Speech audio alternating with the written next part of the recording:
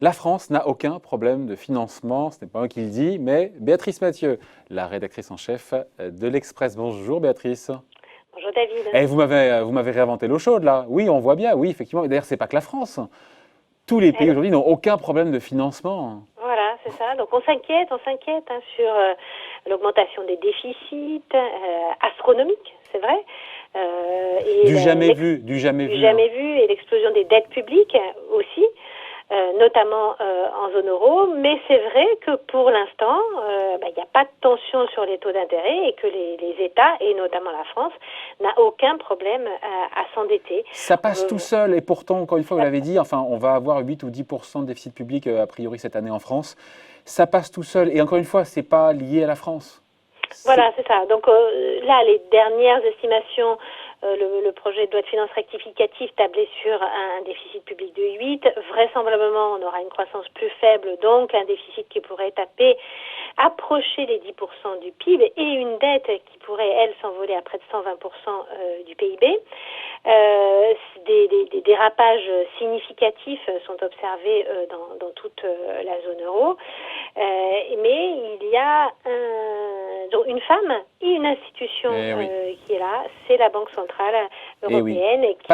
Oui. Parce que Béatrice, en temps normal, on serait dit, mais évidemment, avec des déficits aussi colossaux partout dans le monde, qui explosent, des dettes aussi, les taux d'intérêt doivent remonter, c'est du bon sens.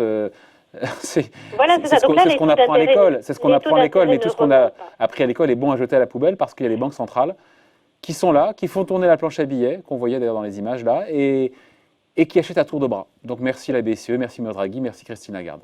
Voilà, parce qu'il faut quand même faire une addition, en fait. Alors l'addition, c'est l'addition des achats de la BCE. Je prends mon stylo, je vous écoute. On avait le fameux quantitative easing qui avait été lancé par la BCE en 2015, qui, à l'époque, on avait quasiment 60 milliards d'euros par mois. Ça s'était un petit peu réduit. On imaginait une sortie en sifflet de ce quantitative easing. Et puis Mario Draghi, à l'automne, on avait remis 20 milliards d'euros par mois. Alors, je note 20 milliards par mois.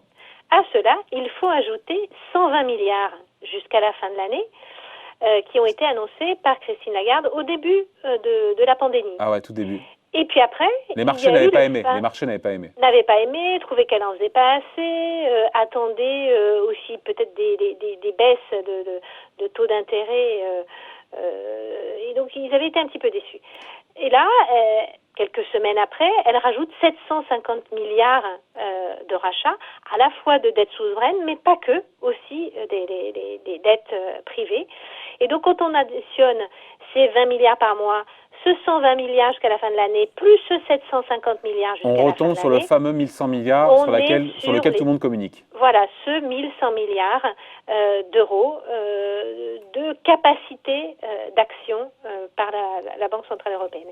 Et là, elle utilise sa capacité d'action. Et on voit en fait que le bilan de la Banque Centrale Européenne ne cesse d'enfler.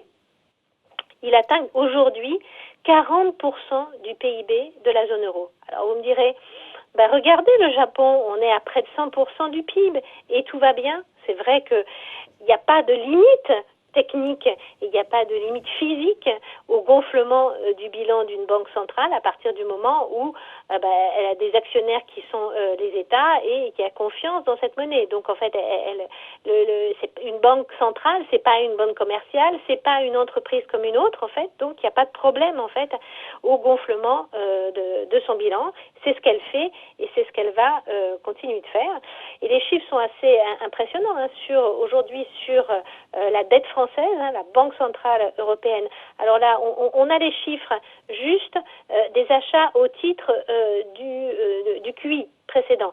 La Banque Centrale n'a pas encore communiqué sur les achats qu'elle a fait au titre de son programme spécial pandémie.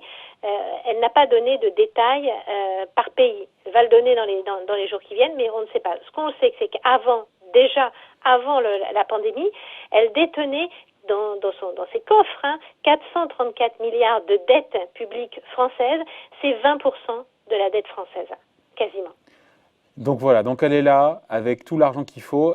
C'est elle qui rachète essentiellement, encore une fois, cette dette française Et attends, autre question, il y a ça, parce qu'après, on verra qu'il n'y a pas qu'elle qui achète la dette française.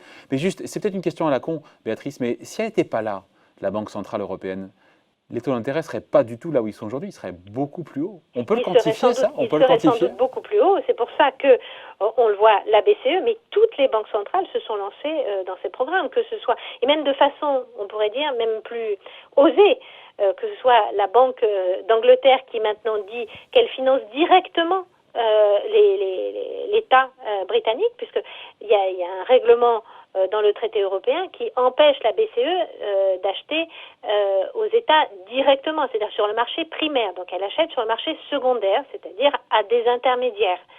La Banque d'Angleterre a fait sauter ce verrou-là, elle achète directement et surtout elle achète des quantités illimitées.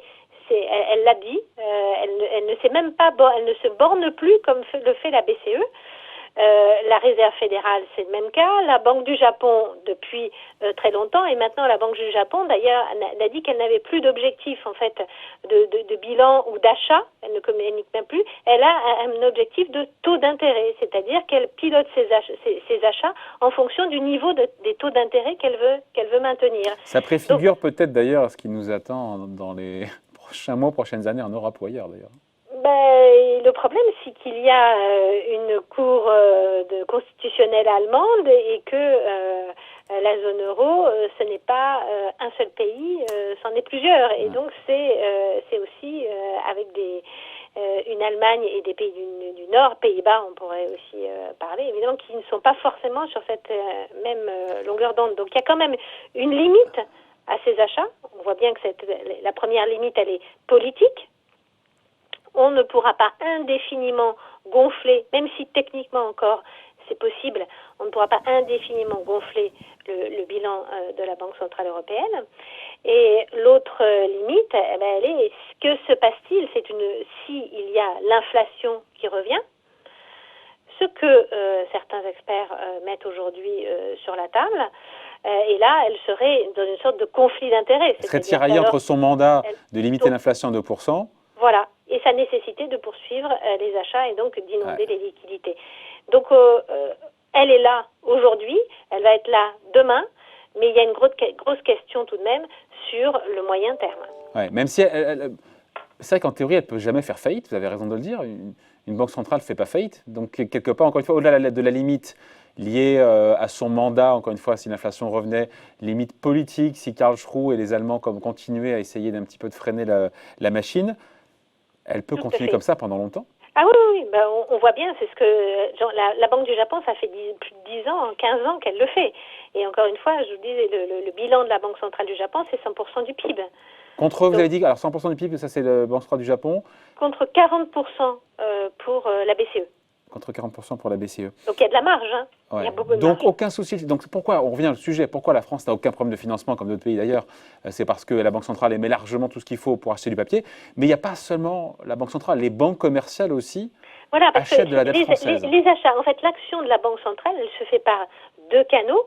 On l'a vu par ce programme de rachat, mais aussi par le canal des liquidités qui sont offertes aux banques. C'est les fameux TLTRO qui sont en place depuis plusieurs années. Qui sont censés permettre aux banques de se financer pas cher du tout, voire en taux négatif, pour qu'elles prêtent derrière à l'économie. Pour qu'elles prêtent derrière à l'économie. Et ce qu'on voit, c'est que les banques européennes sont aussi elles ont énormément de liquidités par ce canal-là, et donc beaucoup d'entre elles, en fait, achètent aussi de la dette publique. Et là, on a des chiffres un petit peu exclusifs à vous donner. Allez. C'est-à-dire que sur le mois de mars, les banques européennes ont acheté quasiment autant de dettes publiques domestiques, donc européennes, que la banque commerciale au titre du QI. Et donc, que la Banque centrale. Que la Banque centrale au titre du QI. Juste pour vous donner deux, trois chiffres, les banques italiennes ont acheté, encore une fois, rien que sur le mois de mars, 13 milliards de dettes souveraines italiennes, les banques espagnoles 17 milliards, les banques allemandes 9 et les banques françaises 2,2. Mais c'est parce qu'on leur demande, aux banques commerciales, on leur demande de prêter à l'économie, ça sert à ça le TLTRO? Tout à fait, on leur demande de prêter à l'économie. Alors en même temps, on va dire, si elles le font, ça concourt aussi à ce niveau de taux d'intérêt qui est extrêmement bas et au final qui profite quand même à l'économie. Ouais, donc c'est pas, voilà, mais pour le coup, c'est par un moyen un petit peu détourné. Donc voilà, donc la banque, la France n'a aucun problème de financement et ça pourrait continuer comme ça. Donc aux âmes chagrines qui se posent des questions, non, il n'y a pas de problème. Mais là, on parle de 2020, 2021, mais après, ça s'inscrit en pointillé. Après, ça s'inscrit en pointillé, encore une fois, parce qu'il y a cette limite politique qui n'est pas une limite technique. Qui n'est donc pas le sujet du jour, mais qui reviendra sur la table. D'après-demain. D'ici là, on se sera reparlé, Béatrice. Bien sûr. Merci donc. Merci donc pour ce sujet signé Béatrice Mathieu, rédactrice en chef à l'Express. Merci Béatrice, bonne journée.